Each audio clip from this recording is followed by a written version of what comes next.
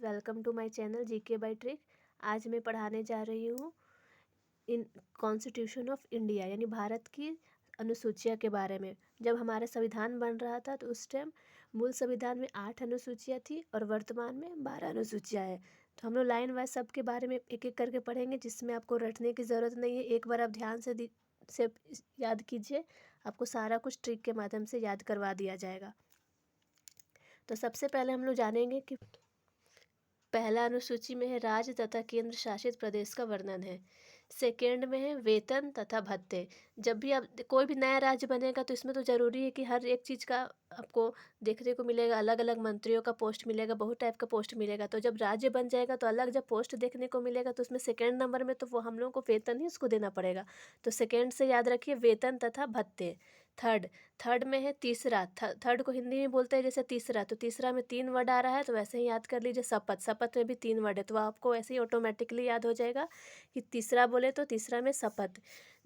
और इसमें शपथ में राष्ट्रपति, उपराष्ट्रपति एवं राज्यपाल के शपथ का चर्चाएं नहीं किया गया है, बाकी सारे का शपथ का चर्चाएं की गई है।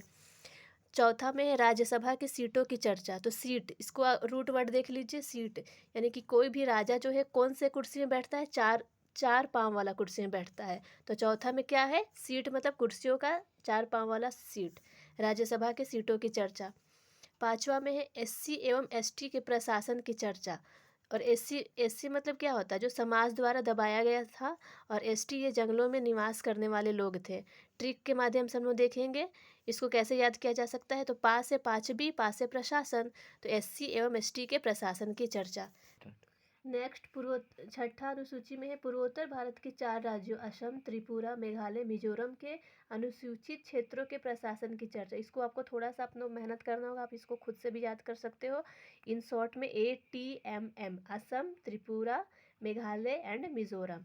नेक्स्ट सातवीं अनुसूची, इसमें केंद्र एवं राज्य की शक्ति के विभाजन का वर्णन है।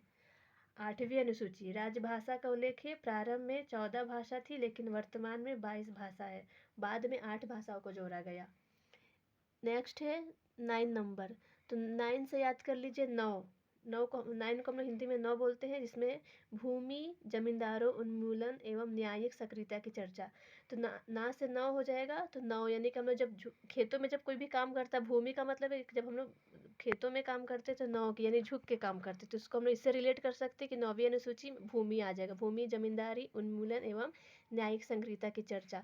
10वीं में है इसमें दल बदल की चर्चा, यानी कि आप कोई भी पार्टी में आराम से एक्सचेंज कर सकते हो। इस पार्टी में है तो दूसरे पार्टी में जा सकते हो, दूसरे पार्टी में तो पहले पार्टी में, किसी में भी दल बदल चेंज कर सकते हो।